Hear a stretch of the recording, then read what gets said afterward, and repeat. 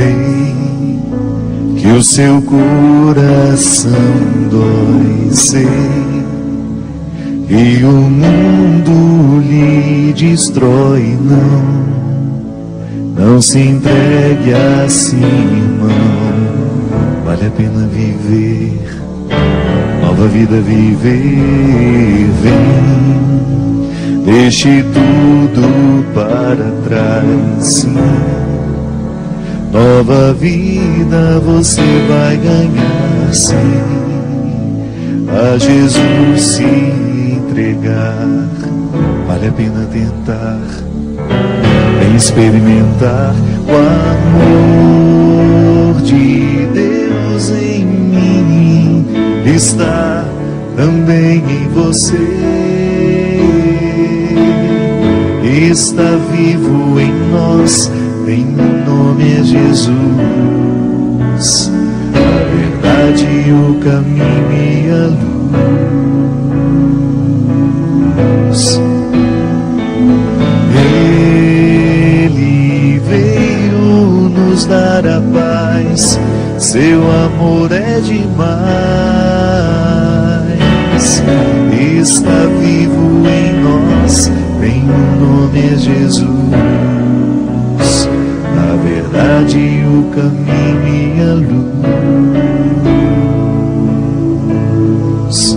Ira, ira, ira, ira,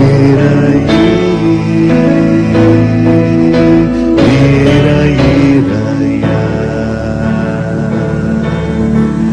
o amor de Deus em mim está também em você.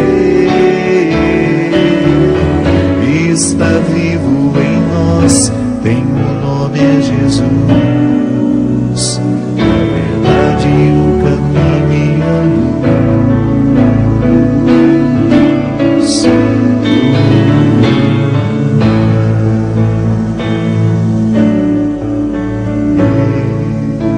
Muito boa noite, é com muita alegria que nós começamos mais um programa Direção Espiritual, ainda sob o influxo da Festa da Misericórdia, essa liturgia que nos recorda que Deus é amor. Uma compreensão que talvez a gente leve muito tempo para chegar. Dá trabalho acreditar que Deus é amor, porque nem sempre nós somos livres para acreditar no amor de Deus. Às vezes a gente está condicionado pelos próprios ódios, pela história que teve. Quantas vezes, como padre, eu encontro pessoas que têm uma dificuldade imensa de acreditar que Deus é amor, porque tiveram uma história difícil com o pai. A palavra pai soa desconfortável. O conceito de pai soa desconfortável. Muitas vezes nós estamos com tantas amarras interiores que a gente não tem nem condições de chegar ao conhecimento do amor de Deus. Às vezes amarras que nós permitimos, amarras que nós não temos culpas também, fruto da história, da educação que a gente recebeu. Eu dizia aqui na minha pregação no domingo, que crer na misericórdia é muito sofisticado, dá trabalho, porque é muito mais fácil a gente se deixar mover pelos conceitos humanos, que muitas vezes ficam distantes do conceito de misericórdia. Misericórdia é um conceito que condensa a justiça e o amor. Aquele que ama é justo. É igual você com seu filho. Você ama, você é capaz de dar a vida por ele, mas você espera resultados por causa deste amor. Não é que você quer algo em troca, não. Não é para a sua satisfação. Entenda bem o que eu estou dizendo. Quando você ama, você espera que esse amor seja correspondido, porque, não no sentido de você receber, é que aquele que está sendo amado precisa utilizar-se de todas as possibilidades daquele amor para poder crescer. É por isso que uma mãe e um pai exigem tanto do filho para que ele apresente resultados. É claro que isso tem um equilíbrio, né? Você não vai escravizar o seu filho para ele lhe oferecer resultados. Eu estou falando daqueles crescimentos humanos que todos nós esperamos que aqueles que nós amamos alcancem. Claro, que eu tenha alcançado também. Então, a justiça comporta justamente em você ter o direito de prestar contas. Sim, meu filho, eu amo você, eu pago a melhor escola que eu posso para você, eu tento lhe dar uma vida confortável na medida do possível, eu lhe dou oportunidades. Então isso é amor, isso é misericórdia. Eu estou atendendo a esse chamado que o amor me faz. Você é especial para mim. E é gratuito isso que eu faço, eu não estou fazendo para te cobrar. Mas por outro lado, eu quero ver a repercussão disso em você. Porque você merece a repercussão de tudo isso. Faz parte do meu amor eu ser justo. Eu quero ver o que você está fazendo dentro da sua escola, qual a oportunidade que você está tendo. É assim que Deus nos ama. Sempre nos dando, de maneira muito gratuita, o seu amor, como diz essa música. Eu não tenho o direito de dizer que Deus me ama mais que você. Ainda que você tenha uma vida absolutamente errada, ainda que você seja um criminoso, ainda que você seja uma pessoa que já se perdeu em todos os sentidos da vida, todos os aspectos da vida, você pode ter e tem o direito de dizer: eu sou um caso perdido em muitas coisas, porque num primeiro momento a gente acredita nessa bobagem, que a gente é um caso perdido. Pode ser que você já tenha experimentado o fundo do poço, pode ser que você esteja nessa atual situação de muito pecado, de muitas desordens interiores, morais, afetivas, mas você pode ouvir isso com a mesma intensidade com que eu escuto hoje. O amor de Deus em mim está em você também. Quanto mais eu mergulho no amor de Deus, quanto mais eu conheço o Evangelho, maior é a minha capacidade de acreditar que Deus não despreza ninguém.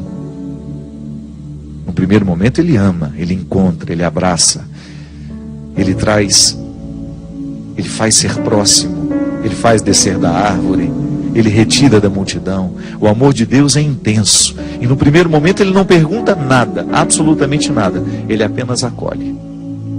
Ele não pergunta: de onde você veio? Por que você está tão sujo? Não. Ele abre a porta, Ele te oferece um banho, Ele te oferece uma comida quente, um alimento para que você tenha condições de continuar vivo naquele momento, depois de uma longa viagem. Ele não vai te perguntar por onde você andou. É igual a história do filho pródigo, né? Quando o menino apontou lá, com todas as desculpas preparadas dentro do coração, o pai dele nem quis escutar. Tudo aquilo morreu num abraço. Mas depois, certamente, do banho tomado, da festa celebrada, vem aí a justiça. Então tá bom, meu filho, você está reintegrado. Então a partir de agora nós vamos viver em harmonia. Nós vamos reavaliar aquilo que foi errado na nossa vida. O que foi que nós erramos na nossa relação? Onde foi que eu errei? Onde foi que você... Pai e filho ali naquele caso.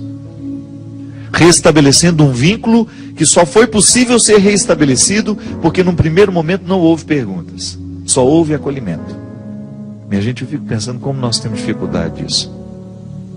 Uma pessoa bate a nossa porta precisando de nós. Está certo que cada vez o mundo é mais difícil para a gente poder ser livre para fazer isso. Mas acolher alguém é tão difícil. Acolher alguém que a gente conhece depois de um erro cometido, depois de um deslize. A gente quer tantas explicações. A gente tem tanta necessidade de que o outro nos explique tintim por tintim, até a gente ter condições de oferecer o nosso perdão. Por isso eu digo, sem medo de errar, que nós somos muito limitados do ponto de vista afetivo, do ponto de vista de caráter mesmo, de formação. Nós somos muito limitados para acreditar no amor de Deus.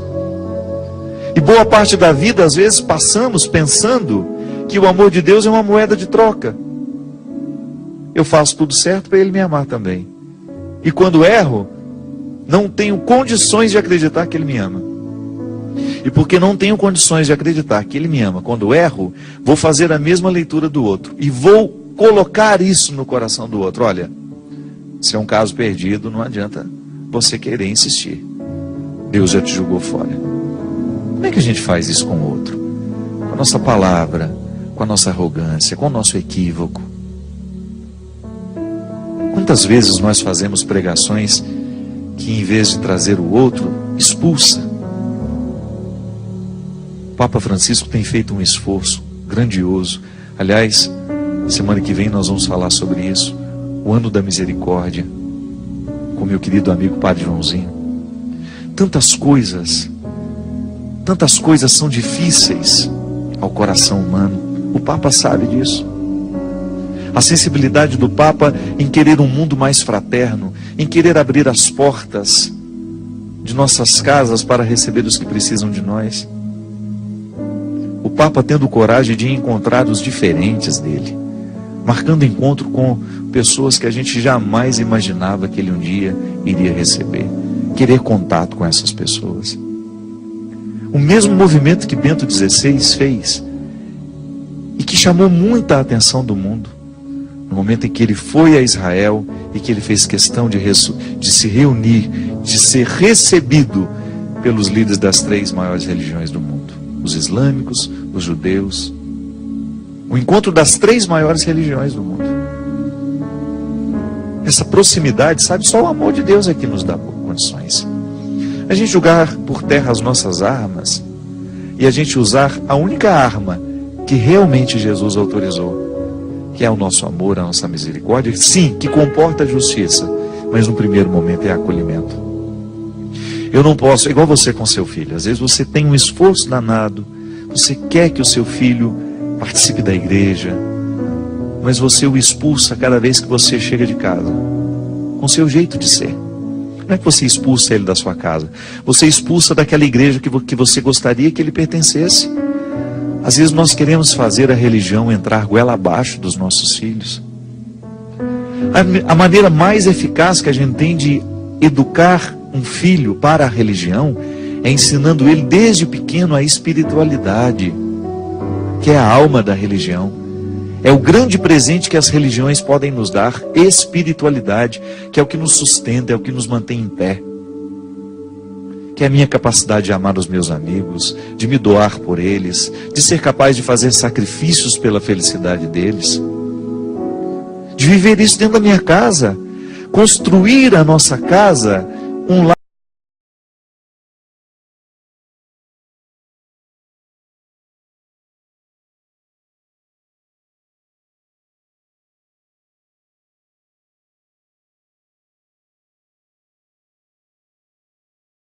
Fechavam as portas de suas cabanas ali, de seus aposentos, né?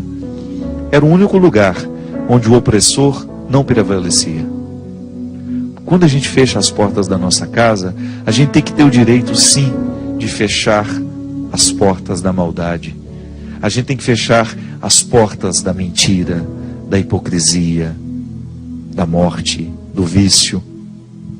Porque a nossa casa é o lugar onde este amor é aprendido. É o que diz o Evangelho de hoje. Olha que beleza isso aqui. Palavra do Evangelho de hoje. Se você foi à missa, você ouviu. Se você não foi, tem a oportunidade de acompanhar agora. É João 3, versículo 16 a 21. João, capítulo 3, versículo 16 a 21. De fato, Deus amou tanto o mundo que deu o seu Filho único para que todo o que nele crer não pereça, mas tenha a vida eterna. Pois Deus enviou o seu Filho ao mundo, não para condenar o mundo, mas para que o mundo seja salvo por ele. Quem crê nele não será condenado, mas quem não crê já está condenado, porque não acreditou no nome do Filho único de Deus. Ora, o julgamento consiste nisto: a luz que veio ao mundo, mas as pessoas amaram mais as trevas do que a luz, porque as suas obras eram más. Pois todo que pratica o mal odeia a luz e não se aproxima da luz, para que suas ações não sejam denunciadas. Mas quem pratica a verdade e se aproxima da luz, para que suas ações sejam manifestadas, já que são praticadas em Deus. A nossa casa tem que ser esse território da luz. O nosso coração tem que ser esse território da luz, para que a gente abra, que a gente faça valer essa verdade da salvação do mundo, que só tem sentido quando eu particularizo essa salvação. Esse mundo sou eu antes de qualquer coisa. Um mundo que precisa ser salvo, que já está aqui oferecida a mim essa salvação, na manifestação gloriosa de Jesus. Nós estamos vivendo o tempo pascal. A ressurreição de Jesus é essa manifestação gloriosa da sua salvação. Deus nos salva. Essa salvação é minha, é sua. Nós tomamos posse disso. Como? Iluminando a nossa vida com os conceitos do ressuscitado. É por isso que a Eucaristia precisa estar unida à palavra. A palavra é também eucarística. Essa palavra que a gente leu aqui, esse evangelho, ele norteia as nossas ações. Ele abre as portas do nosso coração para que a gente tenha condições de compreender quem era Jesus.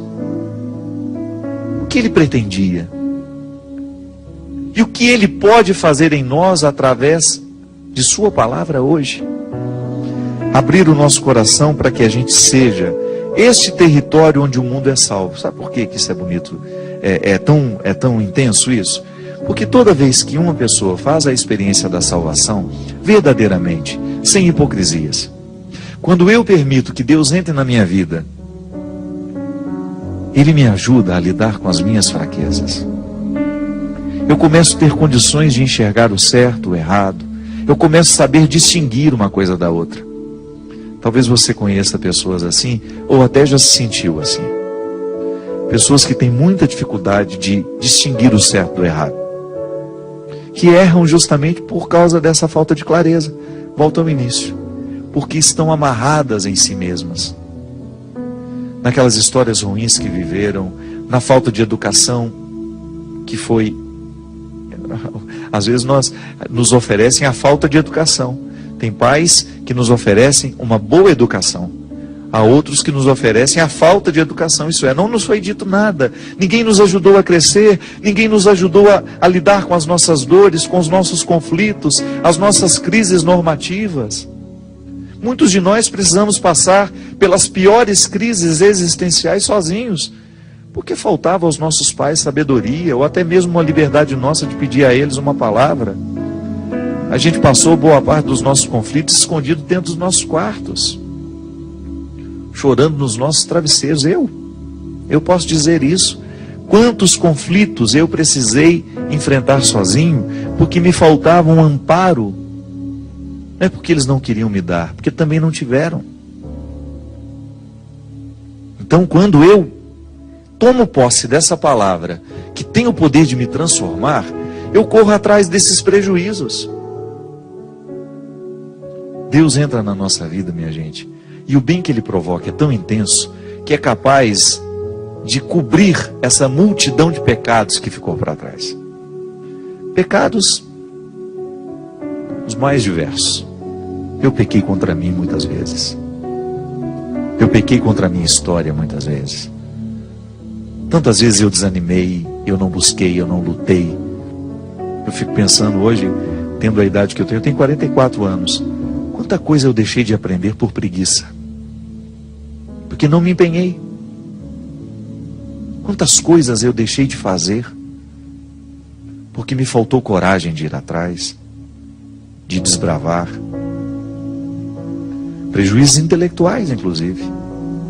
Oh, meu Deus, eu poderia ter estudado um pouco mais. Por que eu não engrenei logo o meu doutorado naquela época que eu estava animado, que eu tinha mais tempo? Nós vamos fazendo escolhas. E às vezes a gente peca nas nossas escolhas. E depois a gente tem que administrar isso. Mas quando a gente tem Deus no coração, eu estou falando de um exemplo meu. Você pode pegar a sua vida e pensar.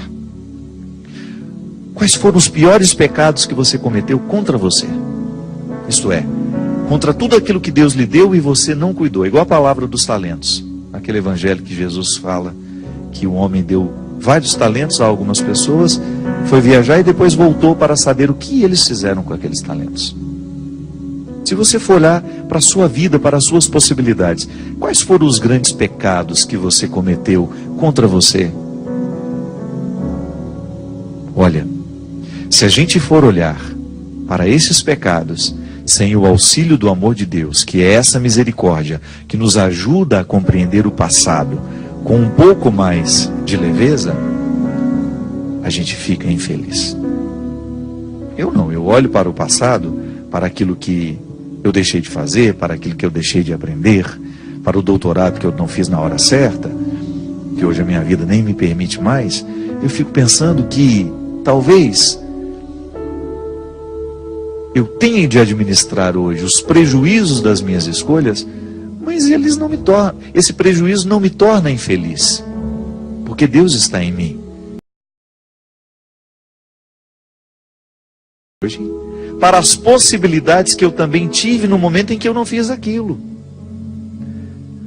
Muita depressão, muita angústia, muita ansiedade advém disso, dessa incapacidade de olhar o passado que viveu, que foi vivido por nós, com um pouco de amor, com um pouco de misericórdia. O Cristo que vem nos salvar, isto é, Ele vem significar a minha vida. Essa salvação que eu espero ser escatológica, isso é, depois que eu morrer, eu já preciso experimentar aqui, sim. A palavra de Deus me sustenta, a minha vida religiosa, a minha vida católica, digamos assim. Ela me dá o sustento para que eu tenha condições de olhar para tudo aquilo que eu vivi, para tudo aquilo que eu deixei de viver, olhar esse pacote que é meu passado, presente, né? Meu passado e presente, que o futuro eu nem sei se eu tenho, e eu ter condições de administrar isso com leveza. A misericórdia me auxilia a fazer isso. Ser salvo, minha gente, é isso. A gente atualizar a salvação de Cristo na nossa vida hoje. Por isso, no domingo passado, a gente falava que a experiência da ressurreição não pode ser dissociada, separada da experiência da misericórdia. O Zaqueu, desculpe-me, o Tomé, ao pedir Jesus o direito de tocar nas suas chagas, ele quer fazer a experiência do ressuscitado. E ao permitir que suas chagas fossem tocadas por Tomé, Jesus já lhe ensina a lição da misericórdia, no mesmo gesto. Ele permite que aquele homem duvide. Isso é, Tomé, aproxime-se de mim como você realmente é. Não simule uma fé. Aproxime-se de mim como você verdadeiramente é. Um homem que precisa acreditar na ressurreição e que é recebido por mim, a partir dessa dúvida, de maneira misericordiosa. É assim que Deus nos trata. Toda vez que nós estivermos verdadeiramente posicionados, sem hipocrisia, porque se tem uma coisa que eu acho que nos afasta de Deus é justamente a nossa hipocrisia. Por quê? A nossa hipocrisia, ela não nos permite o encontro. Tem gente que é hipócrita até na hora de rezar e não está percebendo que está sendo. O que é a hipocrisia? É essa casca de mentira que nós colocamos entre nós e Deus. Vai lá, faz uma reza que não é a sua reza. Vai lá, faz um pedido que não é o seu pedido. Vai lá, conta uma história que não é a sua história. Para com isso. Para de imitar os outros. Reze ao seu modo. Se tem uma coisa que eu não consigo entender, a pessoa, padre, eu não sei rezar. Ué, se você conversa com um amigo, se você sabe ter uma boa prosa com um amigo, então você sabe rezar. Rezar é a mesma coisa. É você contar a Deus o que você está vivendo. É como se você tivesse a oportunidade de dizer a Ele o contexto da sua vida, dos seus sofrimentos, das suas lutas. E você poderia me dizer assim, mas Ele já sabe. Só que a sua oração faz bem a você. E você sabe o poder terapêutico de um desabafo. Quando você está muito necessitado de jogar fora aquilo que está te atormentando, você vai lá e desabafa com o outro. É como você receber o telefonema de um amigo que está preocupado com você. Ali você desabafa. Está pesado, você conta. Mas está indo, estamos bem. Está difícil. Rezar é isso. Nós rezamos com os nossos amigos e não sabemos. Quando nós estamos diante de alguém que nos ama de verdade, quando não existe hipocrisia, quando você tem coragem de mostrar ao outro o seu coração, você pode ter certeza que você está experimentando o espírito da oração, que é a conexão entre duas pessoas. E aqui nesse caso, uma dimensão mística, uma conexão mística transcendental, sobrenatural entre nós e Deus. Nós, filhos machucados pelas histórias que vivemos, pelos pecados que cometemos, sendo abraçados, sendo envolvidos por um Pai que não tem limites para o seu amor. Rezar é a gente ser recebido por Deus em audiência particular. É a gente ter a oportunidade de estar com aquele que sabe tudo sobre nós, mas que, no gesto simples de contar a ele o que nós estamos vivendo, é como se a nossa própria palavra, que está sendo dita num gesto de desabafo, e que chamamos isso de oração, tivesse o poder de nos ensinar o caminho que a gente precisa viver e seguir. Faz sentido rezar, minha gente. Faz sentido a gente acreditar no amor de Deus. Porque quando eu acredito em Deus, eu acabo acreditando um pouco mais em mim também. Quando você acredita em Deus, você acaba acreditando um pouquinho mais em você. E quando você mergulha nesse desconcerto do amor de Deus por você, porque apesar de todos os seus erros, apesar de todas as suas fraquezas, Deus continua amando você. Não mudou de ideia, não. Não é o pecado horroroso que você cometeu hoje que mudou de ideia, que fez Deus mudar de ideia. A partir de hoje eu não amo mais aquela menina. Olha o que ela fez comigo. A partir de hoje eu não amo mais aquele rapaz. Olha o que ele fez. Não. Aproxime-se. Ele não vai nem perguntar o que você fez. Ele vai te abraçar, vai te oferecer um banho, um banquete, uma festa. E depois que tudo passar e você já se sentisse em casa novamente, acolhido no coração dele, vocês voltam a conversar e acertar os pontos. Porque entre a sua consciência e Deus, não cabe nenhuma mediação. É você e ele. Eu posso até te absolver do seu pecado pelo Padre, pelo poder sacerdotal que eu tenho, pelo Padre que eu sou. Mas essa mediação entre a sua consciência e Deus, eu não posso fazer. Como dizia o sábio, entre o último suspiro, o último momento da nossa vida e a eternidade, paira um abismo de misericórdia. É na direção desse abismo que a gente caminha. Nós vamos para um rápido intervalo e a gente volta já com o programa Direção Espiritual.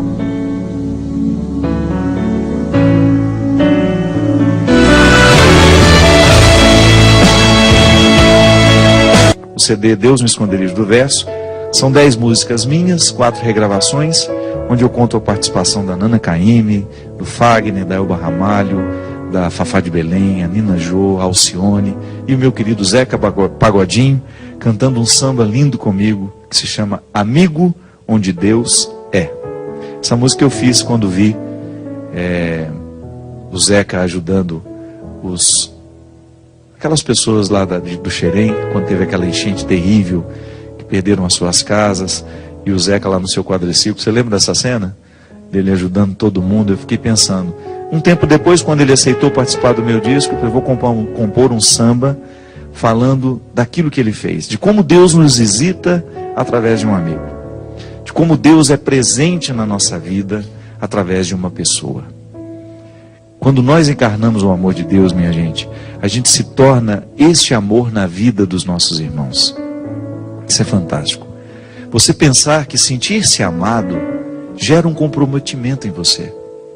O fato de eu saber que eu sou amado por Deus, que Deus age com misericórdia comigo, Ele me pede esse resultado também. É que eu ofereça ao outro um pouco desse amor que Ele me dá. Que eu não negligencie a minha oportunidade de passar pela vida do outro, oferecendo-lhe o meu gesto caridoso, a minha palavra construtiva, o meu amor fraterno. É assim. A comunidade dos Atos dos Apóstolos, as pessoas identificavam que ali o cristianismo estava presente por isso. Porque naquela época o cristianismo não era permitido como nós temos hoje. Hoje nós podemos falar de Jesus. Eu posso ter este programa aqui, a Canção Nova fica 24 horas no ar, anunciando Jesus às pessoas, anunciando a boa nova. Naquela época não. Eles eram proibidos. E sabe como eles se reconheciam?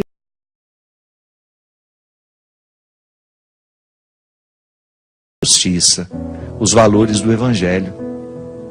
Valores que nós precisamos resgatar diariamente, porque a sociedade está cada vez mais descrente, negligente em relação a tudo isso. Olha a corrupção do nosso país. A cada dia uma notícia nova. Parece que essa corrupção não tem fim, puxar o fio do novelo e agora o negócio vai desenrolando, desenrolando, desenrolando. Cada dia nós temos o contato com uma situação que nos envergonha e, sobretudo, que pode correr o risco até de nos revoltar.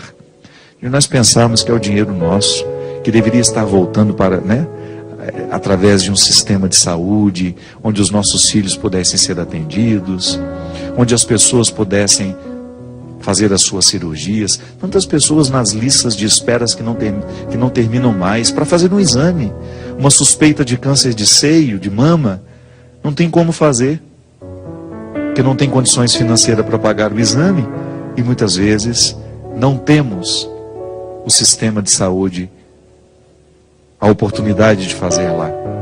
Aí a gente vai vivendo esses desconfortos diariamente, a gente vai esbarrando nessas negligências diariamente. O mundo, essa corrupção, essa violência que toma conta do mundo, por onde hoje você liga o noticiário e você vê a violência cada vez mais presente nas sociedades.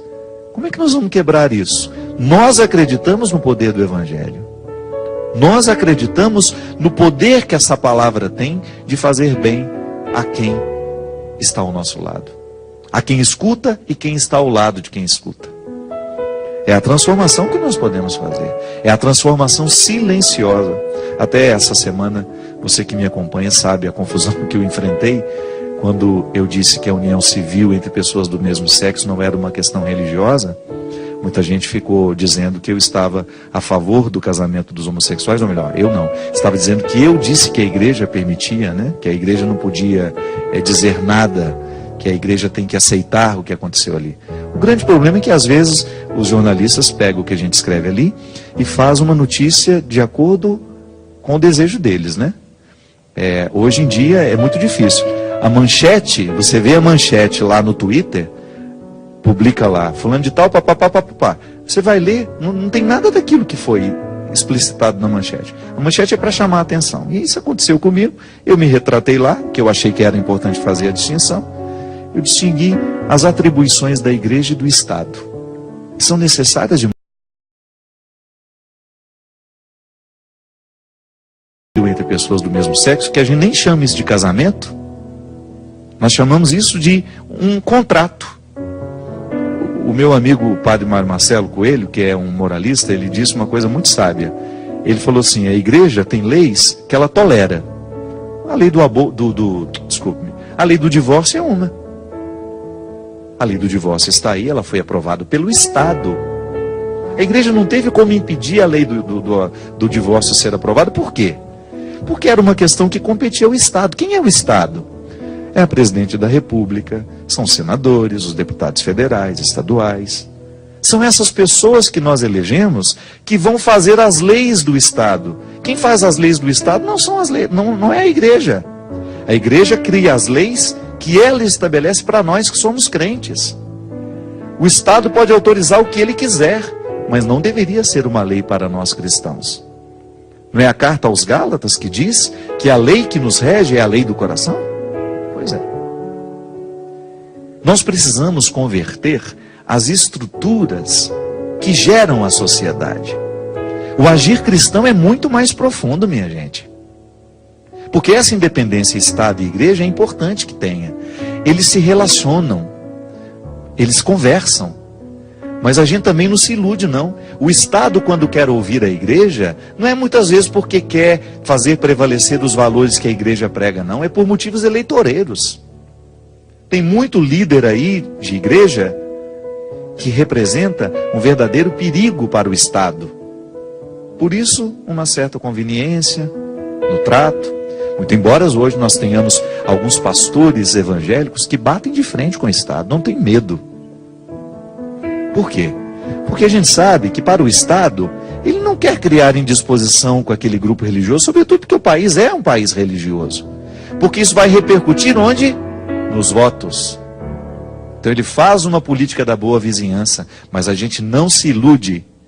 Muitas vezes, as estruturas do Estado são naturalmente pecaminosas. Por quê? Porque as pessoas que estão lá são naturalmente desenraizadas de toda e qualquer preceito religioso que seja favorável à vida humana, por exemplo. O aborto não entra em questão para nós. Nós não temos a menor possibilidade de dialogar sobre o assunto. É um valor absoluto. E sobre essa questão não há conversa. Agora, fica nas mãos do Estado. Por mais que a gente diga, por mais que a gente grite, por mais que a gente se manifeste, o Estado pode decidir. É por isso, minha gente, que nós precisamos pensar muito bem em quem nós elegemos. Nós precisamos pensar, respeitando essa autoridade que o Estado tem, a gente precisa colocar homens de bem, caráter, essa corrupção que nós estamos.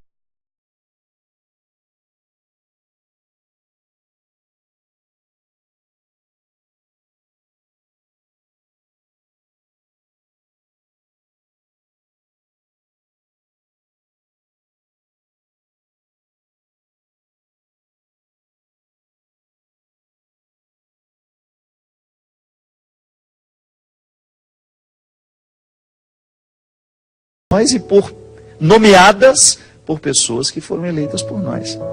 Então, a estrutura cristã, ela perpassa aqui na consciência. Nós temos deputados que nós acreditamos, foram eleitos apresentando-se como cristãos. Que bom! Nós queremos sim ter homens de bem, que tenham condições de fazer esse país ser mais justo, que tenha condições de fazer o país ter condições de caminhar para essa justiça social que tanto faz falta nos nossos dias. E aí nós vamos fazendo essa transformação silenciosa em nós. Você sabe o que eu fico pensando? Com todo respeito a você que me assiste, longe de querer fazer um julgamento, mesmo porque não cabe julgamento aqui. Isso é apenas uma reflexão. Você, por exemplo, você fica assustado com a corrupção. Mas quando você tem um poder, quando você tem a oportunidade de administrar alguma coisa, com que lisura você administra isso? Às vezes a gente vai na prefeitura porque a gente precisa fazer um determinado reconhecimento de área lá do nosso terreno, uma planta. Vivi outro dia essa situação. A oportunidade que você tem de chegar lá e de fazer uma proposta indecorosa para você poder ter facilidades na autorização daquilo é grande. E o outro que está do outro lado do balcão, que tem autoridade para isso, também pode cair na tentação de viver essa pequena corrupção. A gente pode até pensar, mas não vai fazer diferença, o país já é tão corrupto. É por isso. É por isso. Quando a gente faz a distinção Estado e Igreja, não é que a gente está dizendo que nós não participamos do Estado, não é não. Mas antes, nós temos uma lei que é superior à do Estado, que é a lei do coração. Não tem ninguém me vigiando.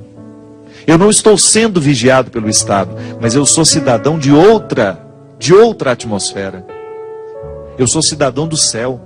É a cidade celeste, como na obra de Santo Agostinho está especificada de maneira tão bonita. Cidade de Deus, que não é um filme não, viu? Eu sou o cidadão do infinito, já dizia o padre Zezinho. A cidadania que eu carrego é uma anterior, e por isso eu sou um bom cidadão aqui no mundo. A igreja, enquanto peregrina, ela é cidadã sim. Ela participa das regras do Estado, da mesma maneira como ela também tem as suas regras. Nós não queremos que o Estado entre lá dentro da igreja e vá ditar as regras para nós. Nós temos autonomia para criar. Diferente em outros lugares em que a religião não tem a mínima liberdade de ser. São os estados absolutos, né? Que não admitem a religião, que negam às religiões o direito de serem, de estarem presentes na sociedade. Graças a Deus nós não vivemos num lugar assim. Mas eu tenho que viver a minha cidadania celeste diariamente, para que a minha cidadania aqui, humana, histórica, de brasileiro, esteja repercutida. Então aqueles que não creem, aqueles que não estão na mesma perspectiva das leis do céu, Eles vivem as leis humanas e por elas eles lutam. Por elas eles lutam. E o Estado está lá para acolher os pedidos deles. Pode ser aprovado pelo Estado, que não muda para o cristão. É igual à infeliz lei do aborto, que nós não queremos nunca que seja aprovada. Porque para nós cristãos, ainda que essa lei venha a ser aprovada, aí eu fico perguntando, quem são as mulheres que abortam? Quem são as mulheres que jogam fora os seus filhos antes de nascerem? Que consideram aquela gestação indesejada um lixo trazendo dentro de si?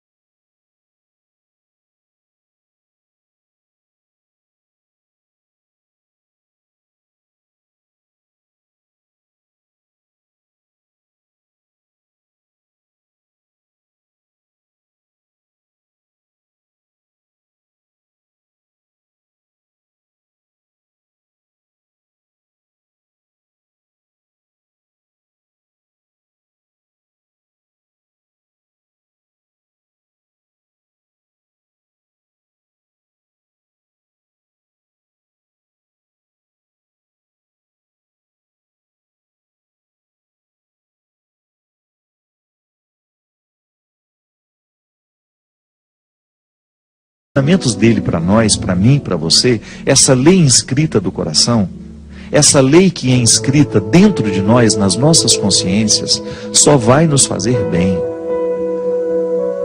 Por isso a misericórdia de Deus é também exigente, porque Deus não quer que a gente perca tempo. Quanto mais eu avançar na compreensão dessa regra que está escrita dentro de mim, que me faz querer o bem de quem está ao meu lado, que me faz compreender a luta do outro, que me faz compreender o outro como alguém que merece ser respeitado por mim, por pior que seja a sua vida, por pior que sejam os seus erros aos meus olhos. Deixa que ele se entenda com Deus. É diante do Senhor que ele terá de prestar contas. Mas no primeiro momento o que eu posso fazer é acolhê-lo, é promover a festa do encontro. Quanto mais a gente caminha na direção dessa liberdade interior, que nos permite abraçar e conviver com os diferentes, minha gente, maior é a alegria de Deus ao nos perceber, ao ver a nossa vida e saber que nós estamos compreendendo a sua palavra e a estamos encarnando nos nossos dias.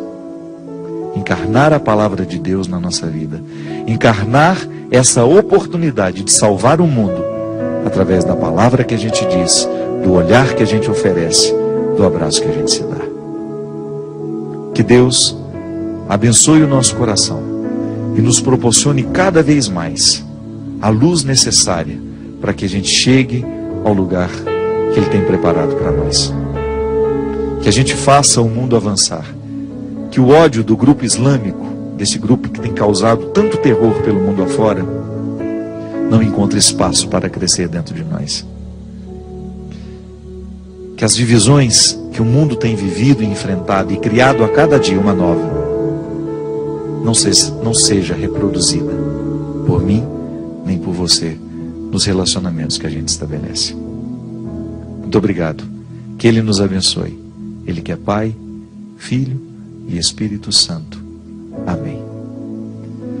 Sei que o seu coração dói, sei que o mundo lhe destrói, não se entregue assim, não. Vale a pena viver, nova vida viver, deixe tudo para trás, sim. Nova vida você vai ganhar, sim. A Jesus se entregar, vale a pena tentar, bem experimentar o amor de Deus em mim, está também em você, está vivo em nós, tem o nome é Jesus, a verdade, o caminho e a